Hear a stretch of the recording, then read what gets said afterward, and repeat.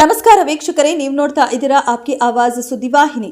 ಹಿರೇಕೆರೂರು ಪಟ್ಟಣದಲ್ಲಿ 76ನೇ ಸಂವಿಧಾನ ದಿನವನ್ನು ಅದ್ದೂರಿಯಾಗಿ ಆಚರಿಸಲಾಯಿತು. ಚೌಡಿ ಸರ್ಕಲ್ನಿಂದ ಸಂವಿಧಾನ ಸ್ಮರಣಾರ್ಥವಾಗಿ ಹಮ್ಮಿಕೊಂಡಿದ್ದ ಭವ್ಯ ಮೆರವಣಿಗೆಯಲ್ಲಿ ಶಾಲಾ ಬಾಲಕಿಯರು, ವಿವಿಧ ದಲಿತ ಸಂಘಟನೆಗಳ ಮುಖಂಡರು, ಸಾಮಾಜಿಕ ಕಾರ್ಯಕರ್ತರು ಹಾಗೂ ಸಾರ್ವಜನಿಕರು ದೊಡ್ಡ ಸಂಖ್ಯೆಯಲ್ಲಿ ಭಾಗವಹಿಸಿ ಸಂಭ್ರಮಿಸಿದರು.